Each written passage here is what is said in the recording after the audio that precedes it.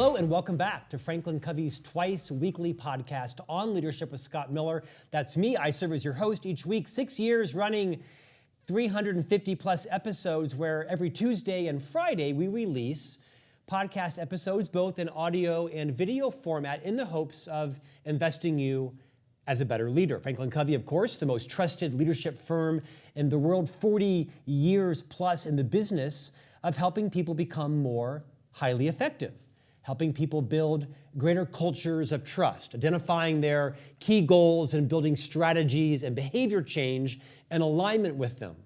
We love to build and partner with organizations that are truly invested in their most precious asset, which of course is their culture and their people.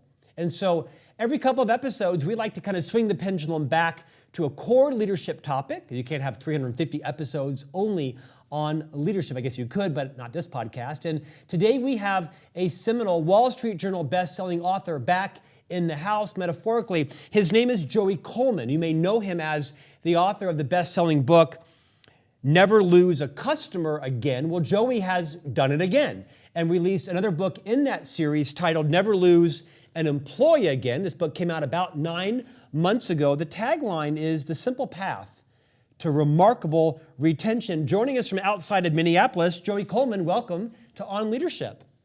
Scott, thank you so much for the kind introduction. I am beyond excited to get to spend some time with you today. Been a big fan of Franklin and Covey before it was Franklin Covey both, and so super thrilled to be here today. I thought you were going to say you were a big fan of Scott Miller, but you'll hold that to the end. It's okay. It's okay. We'll see how it goes. We'll Hopefully, by the end of the conversation, I will like you, but we'll see. No, I'm just teasing. Scott and I had plenty of banter before we even started today.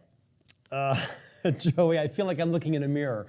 I'm delighted to have you and your energy and your passion on this program today. You know, one of the things that Stephen M.R. Covey talks about is that, this is of course Dr. Covey's son. He wrote the seminal books, The Speed of Trust and Trust and Inspire. He talks about how, there's a couple of important jobs that leaders have beyond mission, vision, and values, beyond systems, structures, and strategies. One of them is to give people feedback on their blind spots, which I think is one of the top 2 things leaders sometimes abdicate because they're high courage conversations.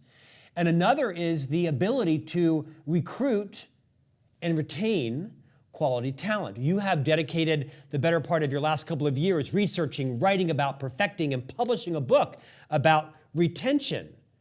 And I think we all fall into this trap naturally as leaders, where we're so focused on recruitment, where we often abandon what is as or more important of that is how do you build a culture where people choose to stay? How do you build a culture where people choose to give their best and they want to refer their friends in? And so today we're going to spend the better part of our interview based on what is your methodology and your research and expertise around how do leaders focus on retention. Now, you had a bit of an epiphany because as you were researching for this book and as a speaker and a coach yourself and an author, you found a lot of people had a similar challenge in life. And when you kind of reframed that challenge into a solution, you realized you'd hit something. You share this in the opening of your book. Will you take a few minutes and kind of recap first who you are and how you got to write these books? And then will you answer this question around what was the issue everyone was struggling with and what was your aha moment on what the real solution was? Well, for the last 20 years, Scott, I've helped companies around the world keep their customers and keep their employees. I do that as a keynote speaker, as a consultant, and as you mentioned, as an author. And what I realized particularly as it related to employee experience is that I would work with organizations around the world. I've had the pleasure of speaking on all 7 continents, consulting with clients of every industry and every size you might imagine. And there was a common lament from leaders. And that lament was, I wish my people cared as much about the business as I do. Now, here's the thing, and I say this respectfully, knowing we have some incredible leaders that are watching and listening to the show. I knew these leaders well enough to know that they really cared about their people. But the way I reframed this to those leaders was to say, and your people wish you cared as much about them as you care about the business. See, lots of times as leaders, we are so focused on how are we growing, how are we innovating, how are we bringing new products and services to the marketplace, without necessarily stopping to pause and say that none of this would be possible if we didn't have incredible employees. You can't deliver a remarkable customer experience if you don't have remarkable employees who are ready to deliver that experience on behalf of the organization. So this led me on a multi-year research project where we looked at companies small, medium, and large, online and offline, product and service, domestic and international, over 50 case studies from all 7 continents. And what we found is that the majority of businesses over-index on getting employees, recruiting employees, hiring employees, as opposed to retaining employees, getting employees to stay for the long term, getting them engaged, keeping them engaged so that they become raving fan advocates of your business. I mean, the business case is pretty obvious, right? I mean, I, like you, have authored a few books on leadership and careers and mentoring, and I remind all of the clients that I speak to that every one of their employees right now is being recruited by somebody. Every one of your employees is in some level of conversation, serious to sort of frivolous, around what else is out there, what else is possible. Might someone like me more? Might I be happier somewhere else? Every employee, especially your top performers, including your entire senior leadership, executive team, and C-suite, they're all being recruited by somebody, typically your competition, and if they're really valuable, they're probably getting multiple overtures a day on LinkedIn.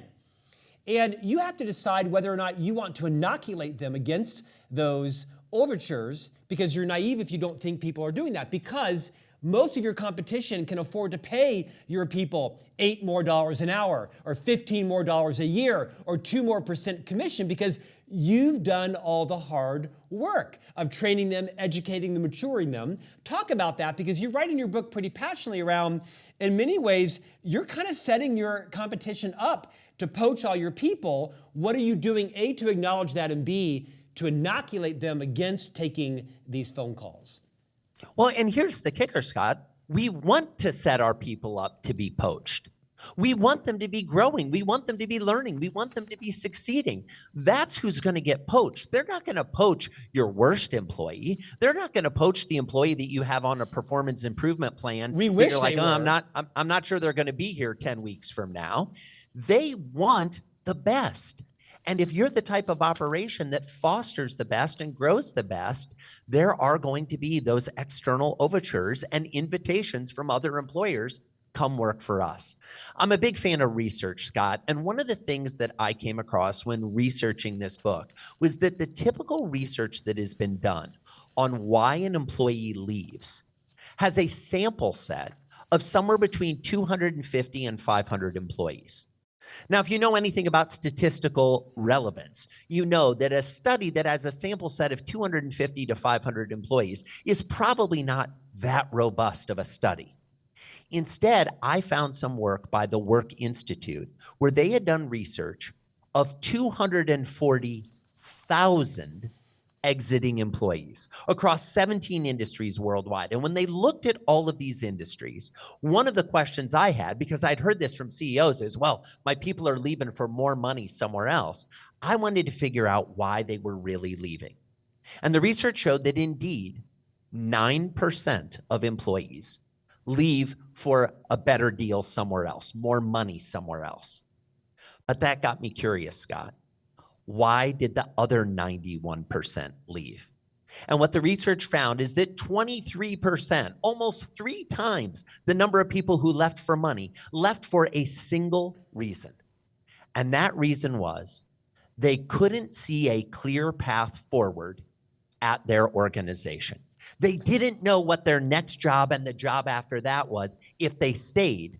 So they entertained the overture or the interest or the invitation from another organization that clearly charted their path forward. So if you want to do one thing to inoculate your people, to convince your people that staying is a good idea, it's to regularly have conversations about what staying looks like and how staying will advance their career, their title, their role, their responsibility within your organization, what's available.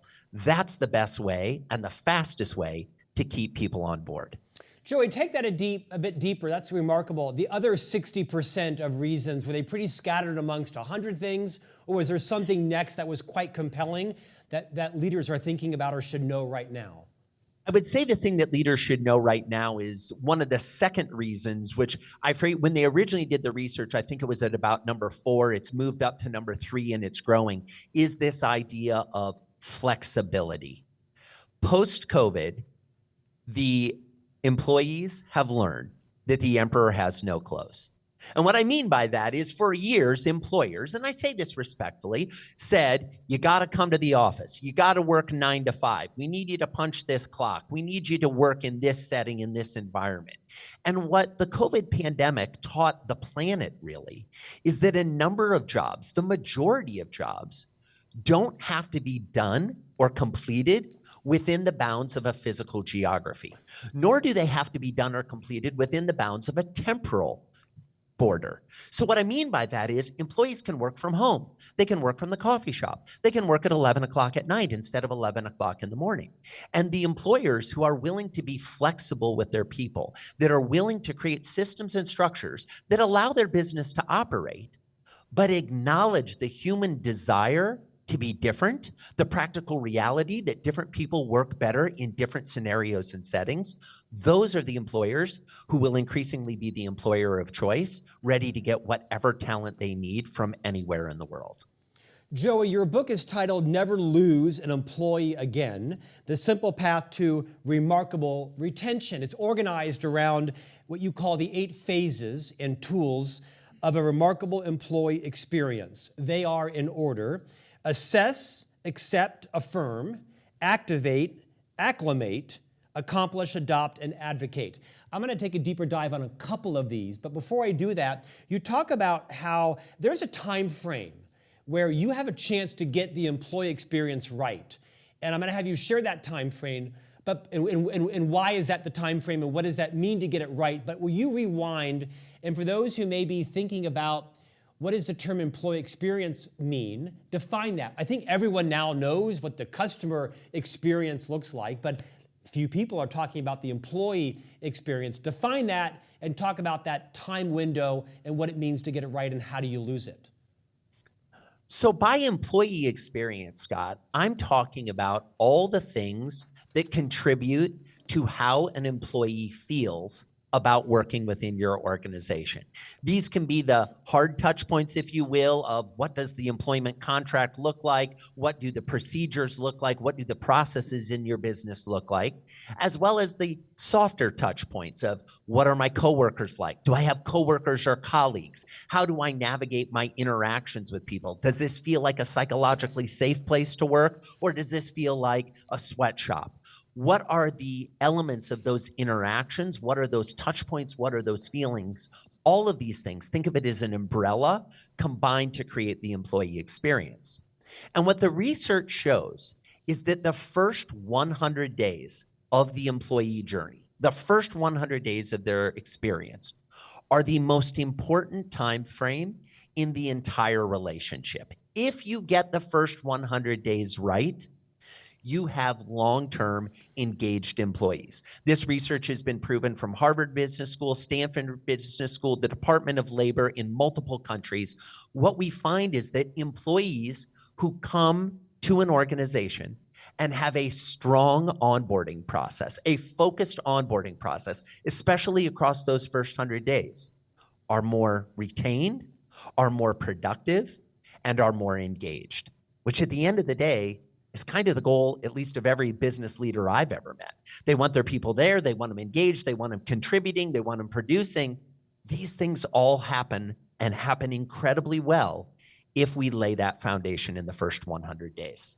Joey, take us on a quick journey. Think of it maybe in terms of a litmus scale from the most simple and practical things you can do to make someone's onboarding experience dynamic to something maybe a little more cultural, not ethereal, but I'd love to have you maybe give us a couple of plots along that line so people can leave this, A, wanting to learn more in the book. We'll talk about the actual architecture of the book and the experience in just a moment. You've done some cool things there. Walk us through 6 or 8 points along that continuum that everybody can leave today thinking, gosh, we don't do that, or we could do that better, from easy to a little more investment? Lovely. So let's look at a couple of the specific phases in those 8 phases you mentioned. The first one let's dive into is the accept phase. This is when you extend an offer, and if you're lucky, your desired candidate accepts the offer of employment. Now, in the typical organization, with all due respect, and I'm a recovering attorney, so I feel like I can take it to the attorneys a little bit. Recovering attorney means you've admitted you have a problem. There's 11 steps after that to kind of work through it. But here's the challenge I have. So many offer letters look like they were written by a lawyer. Now, I'm not opposed to lawyers. Lawyers play a very important role in our society. But an offer letter shouldn't feel like a memo from a lawyer. It should feel like an invitation to the next chapter of your life. In the same way that we might get a wedding invitation in the mail and we open it up and it's got handwritten calligraphy, and inside that envelope, there's another envelope, and we open that envelope and there's another envelope. It's like the Russian nesting dolls of envelopes. By the time we get to the invitation, we're feeling excited about this event, the wedding. We're feeling eager to want to accept the invitation and send back our RSVP and be part of the celebration. What would it be like if a new hire employee received that kind of invitation instead of the typical form letter?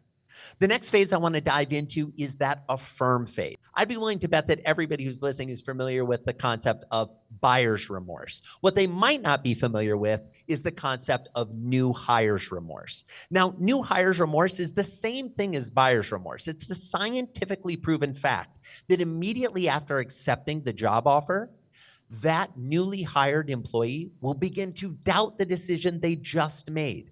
And this is probably the area where most businesses globally fail. They get the acceptance of the job offer. The employee says, I want to start in 2 weeks. And the next time that employee has any interaction with their employer is when they show up for the first day on the job.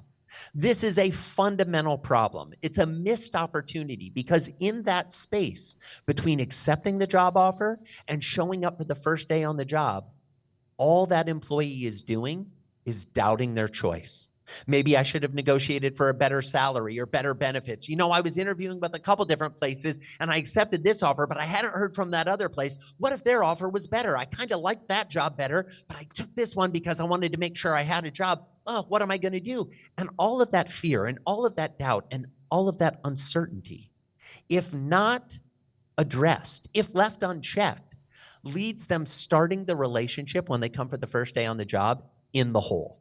They don't feel good about their choice. They don't feel good about their decision. And we're trying to dig them out of the hole as we bring them into our onboarding process. The last example I'll give you, because you asked for 3, is to think about this idea of the first day on the job, or as I call it in the 8 phases, the activate phase. And in the activate phase, I want you to remember the immortal words of country music legend Bonnie Raitt when she says, let's give them something to talk about. Now, why is that important? Well, we know for a fact, and we've probably all had this experience ourselves when we've taken on a new role or a new job. We work that day on the job, that first day, and then we go home that night to our spouse, to our parents, to our children, to our roommate, or if we live alone, maybe we call a friend or connect with them for a FaceTime. And the first question that our loved one is going to ask is, how was your day? How was it? How your employees answer that question is more dispositive of whether they will stay, whether they will be engaged, whether they will be a contributing member of your team in the future than any other question we could ask them.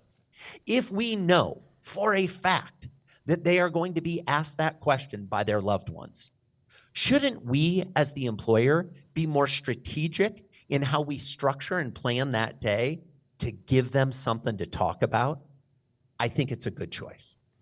Joey, recognizing that we have a broad variety of listeners and viewers and subscribers to this podcast, right? I mean, there are parish ministers that have 8 or 10 associates. There are high school principals. There are college provosts. There are chief learning officers and chief financial officers and directors. I mean, every possible position and every size organization, Fortune 5 to Russell 2000.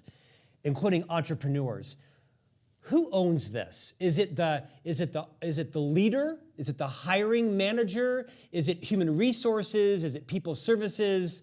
When you consult with organizations, recognizing it's different per circumstance, who typically should be owning, if nothing less, the communication between the time you're offered the letter and the 2 weeks when you begin, and the first day experience? Where does that responsibility rest?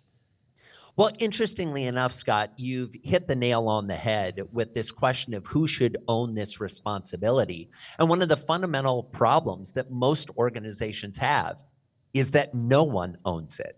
And no one owns the entire journey. Yeah. Sure, we may have the HR department is doing the interviews, and we bring a manager in once we get to the second or third level of interview, and they decide, and then they show up for the first day on the job, and HR kind of does some briefings or some conversation, and then they quickly get dumped to the manager, and the manager really has had no training on how to manage people. This is a fundamental problem with most managers. They've been promoted because they were good at doing the job, good at doing the task, not because they were good at managing people. And now we hope that they're responsible for it. But don't worry, HR is here in case we need to parachute in if there's a problem or a crisis or a complaint. And we really don't have anyone in the organization who wakes up in the morning, looks in the mirror and says, what am I going to do today to make this the best place to work? Now, who should own this, Scott? I would posit everyone in the organization. Eventually, the goal we're moving towards is that everyone on the team realizes that they contribute to the overall experience. Because how I interact with my colleagues and my coworkers and the other people in my department is just as relevant to that employee's overall experience as how the human resources or people's team deal with them, or how the CEO deals with them, or how a direct manager deals with them. So I think we want to move towards everyone owning it. In the beginning, when you are growing, it needs to be owned by the leader. And the leader can bring in additional support if the leader is less of a people person. Although if you take pride in saying you're less of a people person, I'd like you to spend a little time in quiet self-reflection to see if that's really a good way to navigate your time here on earth. But I do think there's an opportunity for us to take personal ownership of those roles and responsibilities and collectively work as an organization to make sure we're delivering the best possible experience we can.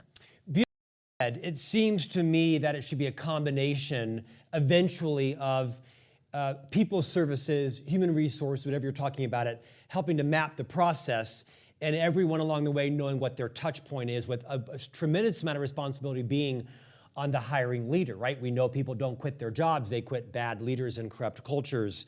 And your book you have mapped the employee experience process through tons of research and client interviews. I mean, literally the book can be the Bible for how to create what's right for your organization and focus as much time on recruitment as you are on retention or vice versa.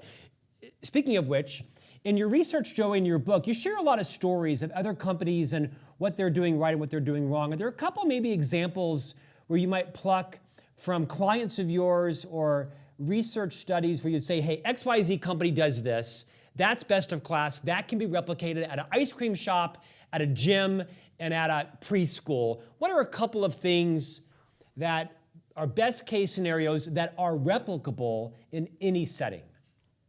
Scott, you jumped right to one of my most favorite aspects of the book, and frankly, something that was really important to me when I was putting the book together. There are over 50 case studies in the book of companies of all sizes. You mentioned earlier that we've got folks that are running teams of 2 or 3. We've got folks that are running teams of 20 or 30,000 listening to our conversation.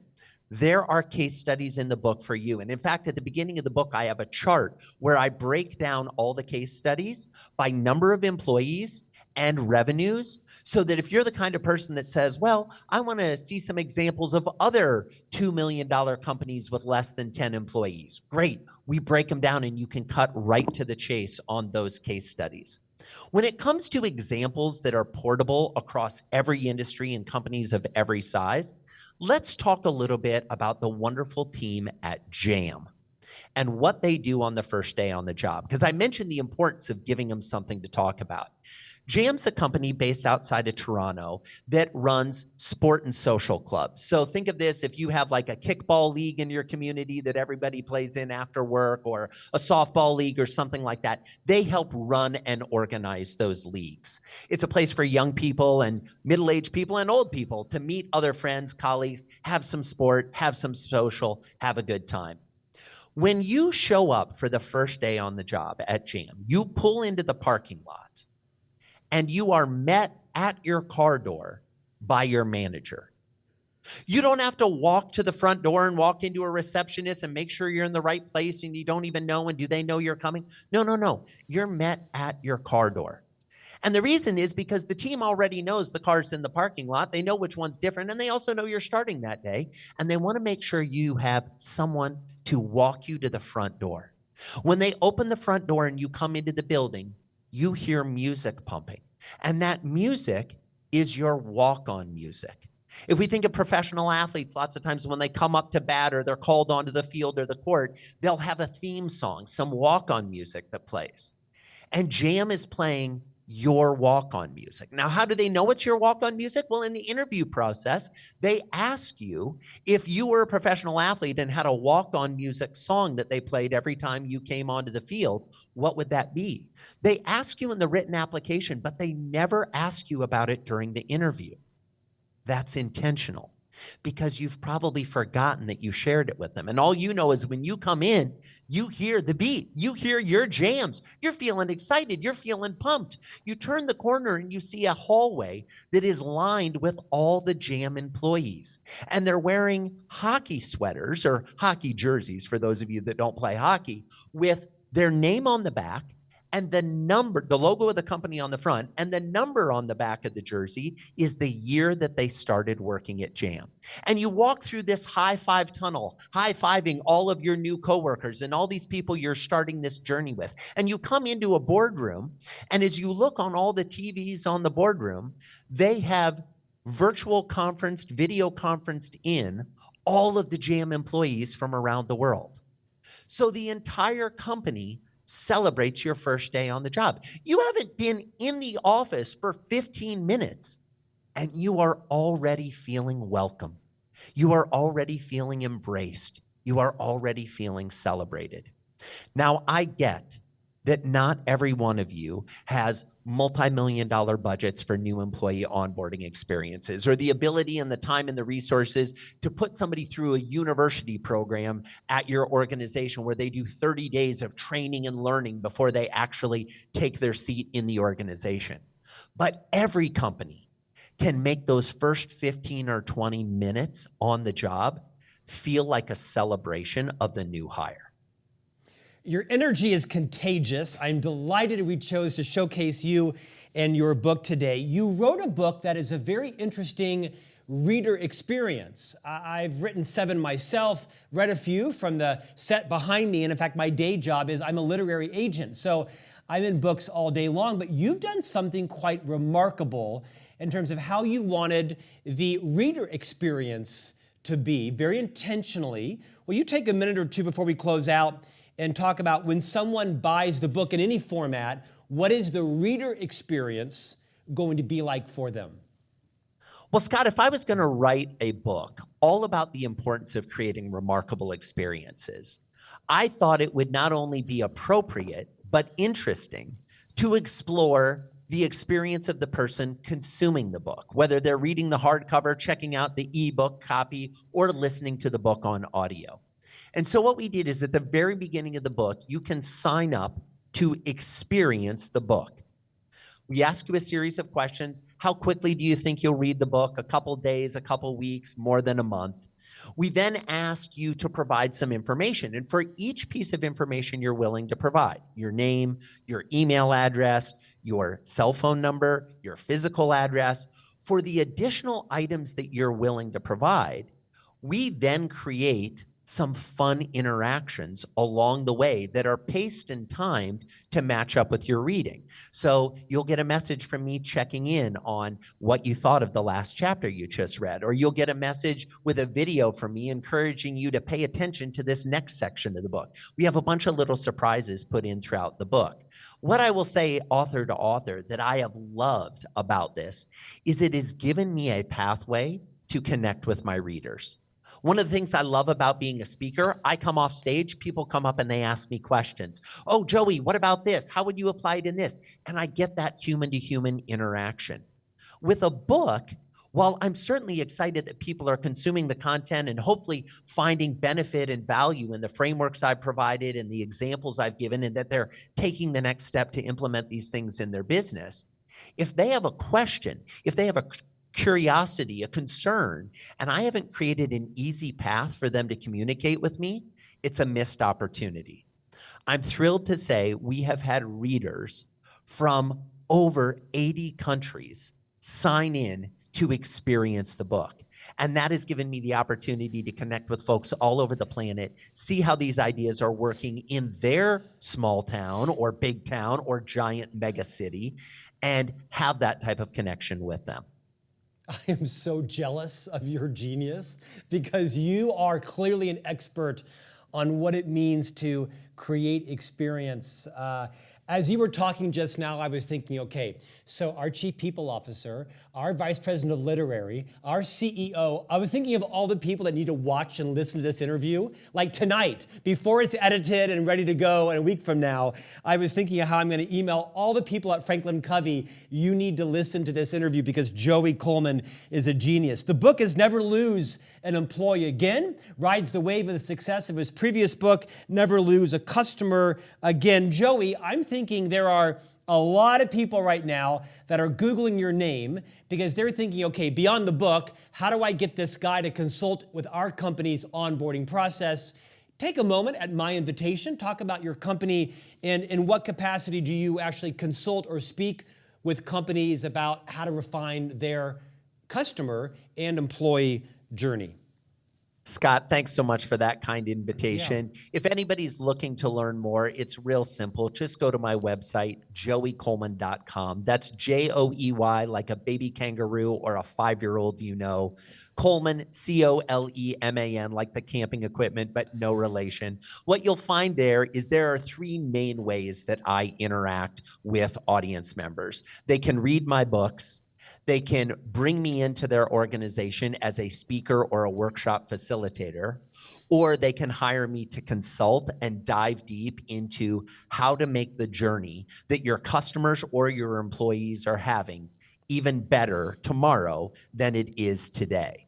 We work with companies, small, medium, and large around the world. I spend about 2.5 to 3 weeks of every month on the road doing keynotes and on in-person workshops. I also do those things virtually, and I work with about a dozen companies a year on more extended consulting projects where we really dive deep into all the minutia and all the touch points that are creating your experiences and figure out ways to make those better. Joey, when I say this, I always say it off air, but today I'm going to say it on air. You crushed this episode. Thanks for your time today. Joey Coleman, appreciate you joining us. The book is Never Lose an Employee Again, The Simple Path to Remarkable Retention. Look forward to having you back for round 3, whatever is next for you. And we'll see you back thank here. you. So I wasn't sure if you wanted me to close out, Scott. Go ahead. Thank you so much. It was an absolute delight being a guest on the show. Love everything about you and the work that you all are putting out there. And I hope everybody who is listening in got an idea or two that they can implement in their organization to make that employee experience better. I promise you, time spent paying attention to the people on your team is the best minute for minute return on investment that you will ever experience in your business. I wish you great success in the first 100 days of that experience and beyond. And if I can ever be of service, don't hesitate to reach out. Prior to my 25 years with the Franklin Covey Company, I spent 4 years with the Walt Disney Company in Orlando. And when I was interviewed for a real estate community development job, the human resource vice president asked me, Scott, what song best represents who you are as a person? And to my wife's now horror, But to then my genius, I said, well, Gloria Estefan's get off your feet, get up and make it happen, or get on your feet. And so I'm teased about that, but I'm just like picturing it, me walking in and Gloria Estefan like rocking and me being horrified that was my, now it'd be Macklemore, something like, raise your hand. There you go, there you go. Joey, thanks for having you on. Appreciate you and your time today. And we'll see you back here next week for a new conversation on leadership.